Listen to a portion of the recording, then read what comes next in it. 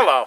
Tonight I'm very excited. I'm going to be trying a traditional vintage 3-star Woods Arctic sleeping robe. This here is noted as one of the very first sleeping bags ever made. It's an extreme weather sleeping bag, and they've took this and used it on Yukon expeditions. Ernest Hemingway actually wrote in a novel about this same sleeping bag. It was sold in high-end sporting goods stores in New York, but it was actually manufactured and created in Ottawa, Canada. So this here is a tightly woven Egyptian cotton exterior, down-filled with a wool liner. Very, very thick. This one here is a 3-star. This one also, they came in 3 sizes, and this one here would be the junior, because the large one was a 90-inch by 90-inch. Very, very huge. And I'm going to show you how this actually was set up. Mine's missing a couple snaps, but it should be okay. Tonight's going to be about -3 Celsius, so below freezing. And I've got a backup sleeping bag just in case, but this here can go down to very low temperatures. So this here would be your bottom, and as you see, I've got this snapped here, but I'm missing snaps all along the bottom on this one here.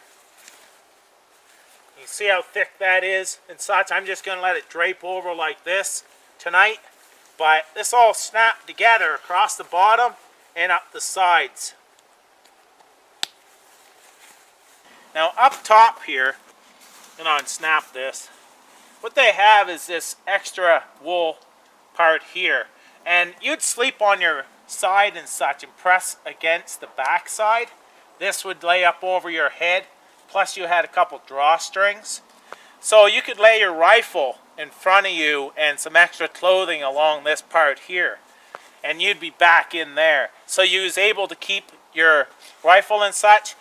I was told that this here is a oil cloth, so it's actually waterproof or water repellent at least. So they thought of a lot to put this into a sleeping bag. And like I said, this one here was noted as the very first what they called sleeping bag. This one was called a sleeping robe, but then it was adopted the name of a sleeping bag. This was offered, they said, right around 1898, and it hadn't changed very much, maybe different snaps and so on throughout the years, but the design itself never changed all the way through to the 1960s. So this here has been a proven type of design by many, many people, and like I said, it was offered in Canada first, and it wasn't really known to the Americans until 1906, and a different couple expeditions after that, it became more popular, and then they opened a company in New York and started selling it there. This is seen many, many expeditions throughout Canada and North America, you know, the States and so on. So, very tried and true method. Now, back in the day, in the high-end sports goods stores, it was like $65 back then, and the quote that I seen, it was in 2013 it would be equal to the value of like $1,013 or something over $1,000 if you went out and bought it. So very high-end piece of gear, and people that use this were people that was very serious about the expeditions or the outdoors.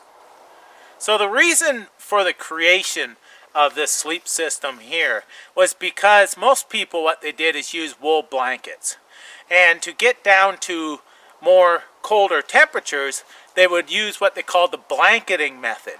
You put one on top of the other. Now that would still only get you so far. So it was very bulky for one. It took up a lot of room. It was heavy to get down to those extreme temperatures. So what they did is they started using other fabrics and trying those, testing those. This one here is down-filled. That's what they came up with. But they tried feathers, they tried wool, shredded wool, and they tried all different types of materials to try to get the weight down and to get the bulkiness out of this. This one here weighs a fair bit. I think that one thing I seen, it doesn't feel like it, but they said 16 pounds. You know, it doesn't feel like it to me. I didn't weigh it. But it was a system that was lighter, and also it took up less room. So this here, I'm very excited about this, because this was used when the traditional woodcraft era was going on. I'm going to sleep right underneath the stars just like this. The only thing I do is I have a lot of snow in the trees, so I get snow dripping on me every once in a while. Hopefully this is waterproof, so I'm not going to get wet. We'll see. But that's how I'm going to sleep tonight, right underneath the stars, and you know, right out in the open. This has been used many times like that, and I'm rather excited. So I wanted to share this with you. I'm missing a couple buttons or snaps right here. So what I did is made basically the bushcraft clothespin. That's going to keep this closed tight, because I have another snap here, and I can just bring it down to this point and leave these ones on, and then just snap it back up when I get inside here. So this here, just being, you know, creative sometimes can help a lot. Also, a couple spots in the bottom I did the same thing to keep that closed, and I put my backpack right over the end, so it's going to help trap that heat.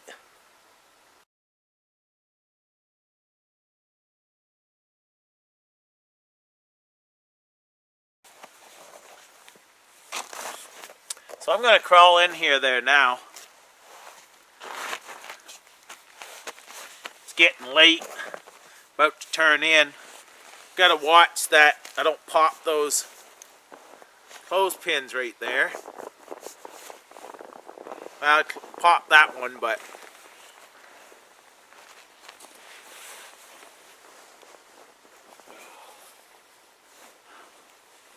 yeah, that's I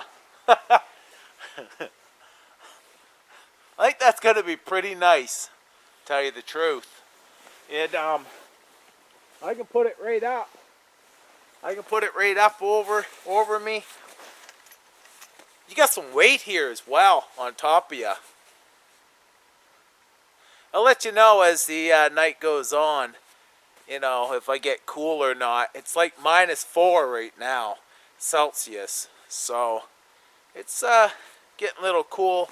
Then you got the wind chill on top of that, which makes it even a lot cooler. So I'll keep you updated, but it's pretty comfy right now. This is my view right now.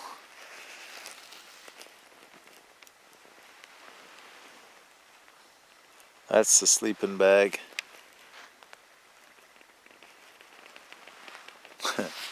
And I'm in here, and it actually is very warm right now. I've heated it up, took a little bit to heat it all up, but it is nice. It's a gorgeous night out.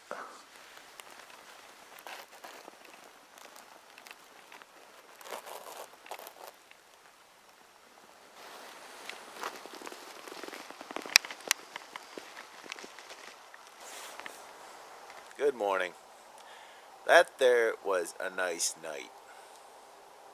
This here kept me very toasty. I kept looking at my thermometer here, seeing how low it got to. And right now it's still -2. But I get down around -4, -5. And this was toasty. I was very comfortable in this. So that was an awesome feeling, using this type of bag that they had used, you know, 100 years ago. Like, that was an awesome feeling for sure. You know, and like I said, I'm not sure how old this one is, but still it hasn't changed, so Very, very cool feeling. And it's still chilly out here. So, I'm going to get up here in a little bit, but the hardest part of winter camping pretty much is getting up out of a warm sleeping bag and into the cold. That is one of the hardest parts because you don't want to get up.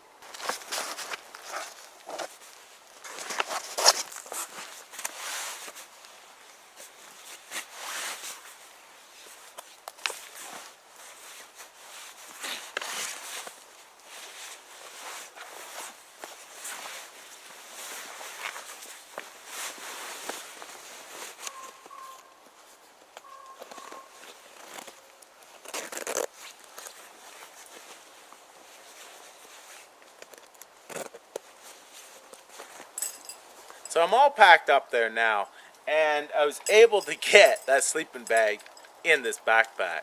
It's 110 liter, but got some weight to it, but it's not that big a deal. I've got a hike to get out of here and such, but I just wanted to share this because I thought this was a very, very neat sleeping bag.